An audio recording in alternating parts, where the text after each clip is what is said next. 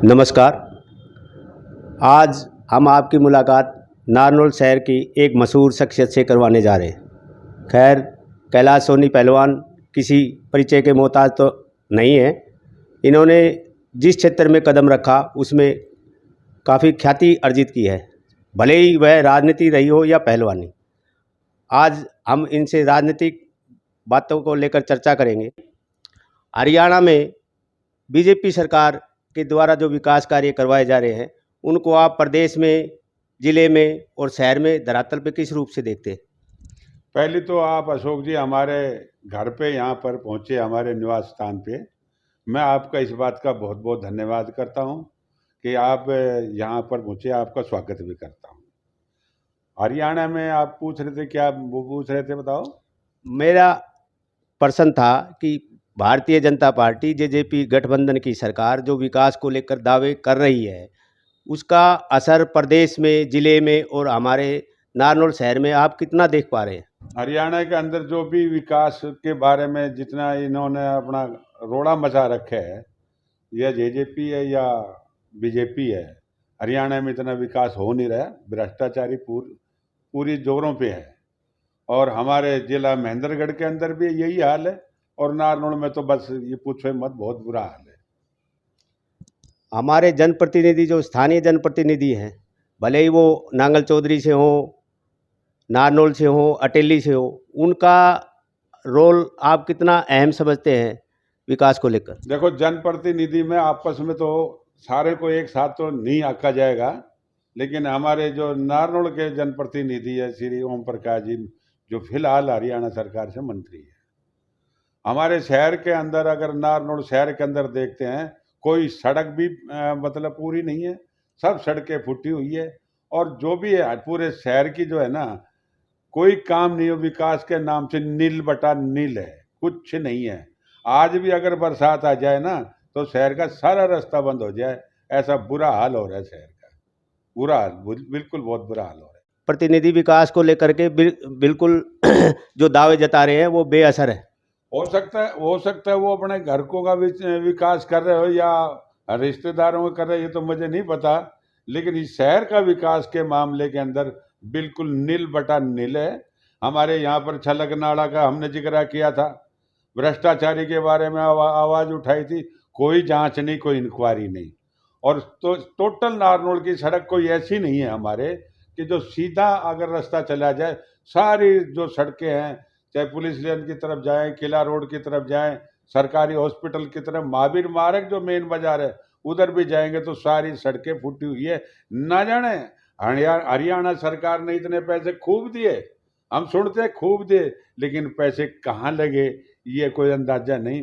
जो पुरानी जो सड़कें ईंटों वाली जो थी, वो सारी सड़कें उपड़ के और सारे खड्डे बन गए। अब आज बदहाली हो रहा है, शहर का बुरा हाल हो रहा है हमारे नारनौल शहर का। यानी आपके कहने के अनुसार स्थानीय प्रतिनिधि की बेरुखी के चलते नारनौल शहर का विकास एकदम रुका हुआ है। जैसा दावा किया जा रहा है शहर के बारे में कि भाई शहर में बहुत पैसा आया है, बहुत विकास हो रहा है, वो एकदम धराशायी सा दिखाई दे रहा है।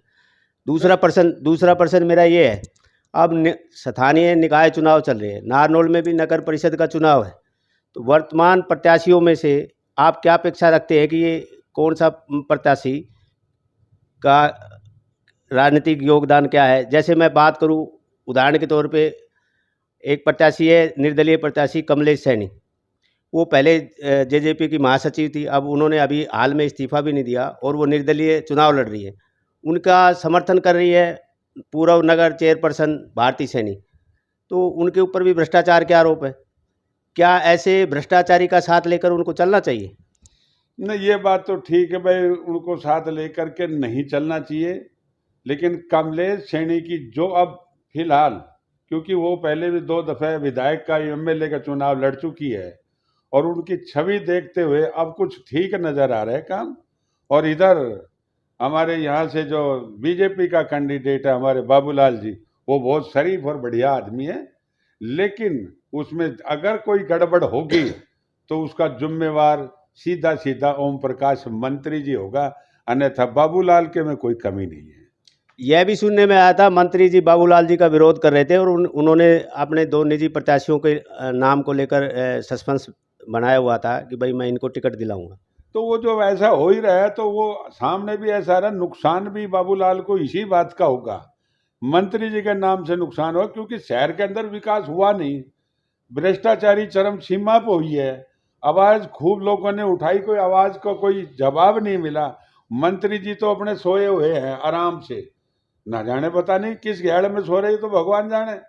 तो भैया अब उसका खमियाजा तो हो सकता है हमारे बाबूलाल जी को भुगतना पड़े, और मुझे ये ऐसा नजर आ रहा है कुछ।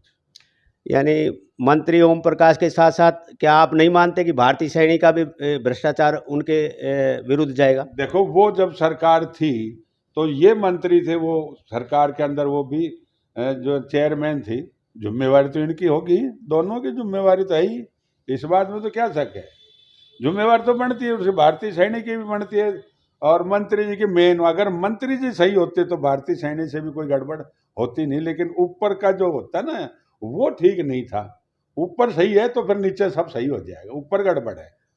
वर्तमान जो प्रत्याशी हैं इनसे आप क्या अपेक्षा रखते हैं? अगर ये जीत जाएं तो इनसे आप क्या अपेक्षाएं हैं शहर को लेकर? वर्तमान प्रत्याशी जो भी हमारे यहाँ खड़े हैं, मैं समझूं किसी भी प्रत्याशी का इस टाइम विरोध करना उचित नहीं है। सब प्रत्याशी अपनी अपनी जगह ठीक है, और सारे नए चेयरमैन के लिहाज से वो सारे अपने नए कैंडिडेट हैं। जब वो नए कैंडिडेट हैं उनको यूज करने के बाद पता लगेगा, उनके पास कोई ओहदा आ जाएगा तो ही पता लगेगा ये ईमानदार है या भ्रष्टाचारी है। इस बात का तो बाद में ही पता लगेगा। आज हम किसके बारे में क्या आरोप लगाएं, कुछ आरोप लगा नहीं सकते इस टाइम। नहीं, मैं आरोप लगाने की बात नहीं कर रहा, मैं आपसे पूछ रहा हूँ उनसे आप क्या अपेक्षा रखते हैं? उनसे अपेक्षा यही करते हैं कि भगवान करे उनको ऐसी शक्ति मिले और ऐसा ईमानदारी से वो हमारा शहर का काम करे, क्योंकि हमारा शहर जो है 15 से लेकर 20 साल तक अभी गर्द में जा रहा था, और अब तो ज़्यादा गड़बड़ हो रही पूरे शहर की, हालात बिल्कुल खराब हो रही है। चाहे सीवर लाइन ले लो, पाइप लाइन ले लो, सड़क ले लो, कोई भी चीज़ उठा के देख लो, उनकी हालात सबकी खराब है। उनसे यही अपेक्षा करते हैं कि जीतने वाला कोई भी हमारा कैंडिडेट हो, नगर परिषद चेयरमैन जो भी बने, मैं यही कहूँगा कि भाई वो आए और आगे जाके अपना बढ़िया काम करे, ये अपेक्षा हम रखते हैं, ताकि हमारा शहर का उद्धार हो और अच्छा काम चले। सरकार ने इस बार एक परिवर्तन किया है, पहले सभी वार्ड मेंबर चुनते थे चेयरपर्सन को, इस बार सीधा चुनाव हो रहा है, तो इसको लेकर आपका क्या कहना है?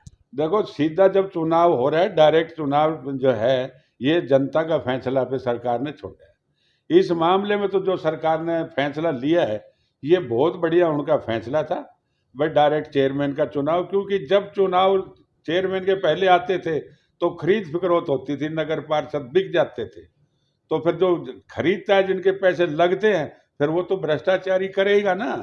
अब ये डायरेक्ट जो चेयरमैन का जो चुनाव हो रहा है इसमें जो है जनता के हाथ में है, और जनता अपना फैसला आप दे ताकि चेयरमैन जो भी बने वो बढ़िया काम चले, तो ये तो अच्छा है, इस फैसले में तो बढ़िया काम है। कैलाश भाई, आपके नज़रिए से कि नारनौल शहर के लिए प्राथमिकता के तौर पे कौन कौन से कार्य होने चाहिए? देखो प्राथमिकता तौर पर तो सीधी सी बात है, हमारे पूरे शहर की सड़क सारी बढ़िया होनी चाहिए। आम जो शहरों के अंदर बड़े बड़े शहरों में हमारे कोई ग्रांट कम नहीं आई है, ग्रांट कम का कोई मतलब नहीं है, लेकिन लगी तो नहीं, कहाँ लगी, ग्रांट नहीं लगी तो बढ़िया सारी सड़कें होनी चाहिए, बढ़िया लाइट है, बढ़िया पाइप लाइन, सीवर लाइन, जितना भी काम है सारे सुचारू रूप से बढ़िया ढंग से हो तो हमारे शहर का एक सुंदरीकरण बन जाए, एक बहुत बढ़िया शहर बन जाए। बीरबल की भूमि है ये, तो बीरबल जैसी भूमि जो है ना बढ़िया बन जाए, अगर ईमानदारी से कोई काम करेगा तो। नहीं, मेरे पूछने का अभिप्राय ये था कि ऐसा कौन सा कार्य है जिसे प्राथमिकता के तौर पर नए जो चेयरपर्सन चुन के आएंगे उनको करना चाहिए? सबसे पहले तो सड़कों का ही काम है, पूरे शहर की सड़क जो है ना फूटी हुई है, उसके बाद में सीवर लाइन है और फिर पाइप लाइन है। कैलाश सोनी हमारे साथ बने रहे, इन्होंने हमारी बातों का बड़ा बेबाकी से जवाब दिया। सोनी जी, आपका बहुत बहुत धन्यवाद।